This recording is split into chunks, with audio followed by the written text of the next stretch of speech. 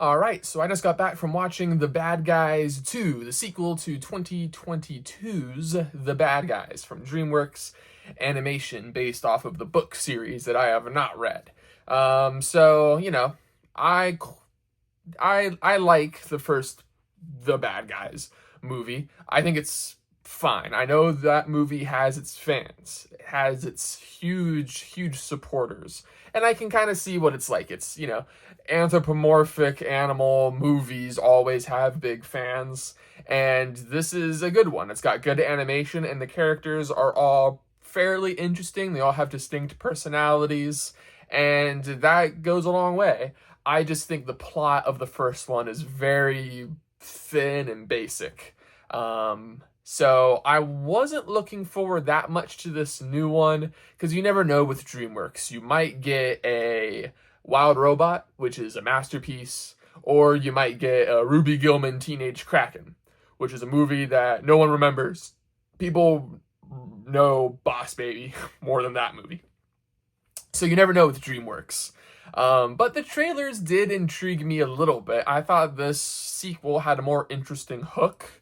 Even though it was cliche, it still is interesting dealing with that whole reformed villain being, manipulated into appearing to be a bad guy again. So, but are they actually being tempted to be bad guys again, or are they going to stay on the straight and narrow? That sort of thing.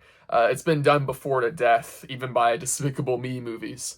But, I was curious to see how this movie would handle it. And the animation still looked great. The cast of characters still looked great. So I was, optimistic-ish about this movie. So I watched it, and I will say I was blown away.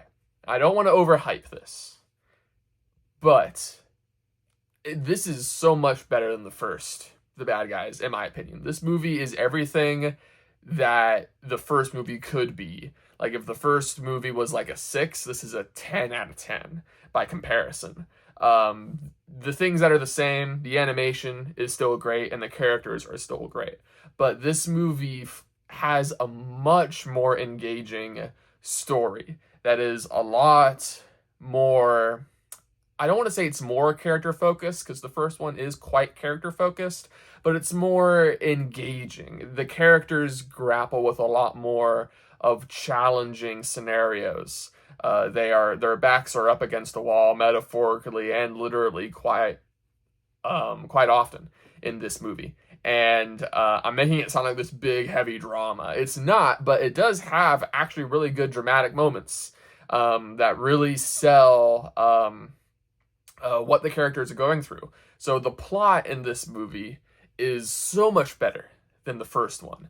The animation, I said, was great, and it is, but it's even better. They take a lot more liberties with how they show action and comedy and storytelling and all this stuff. The animation just feels a lot more vibrant and kinetic and active in this movie, which I really appreciated. It's a lot similar to the Into the Spider-Verse films. Not quite that level, but you can definitely tell they loosened the reins a little bit with this one in terms of the animation department. The music also is really good. It's by Daniel Pemberton, who did the music for the Spider-Verse films. He's a great composer, underrated in my opinion, and he has a great score in this movie.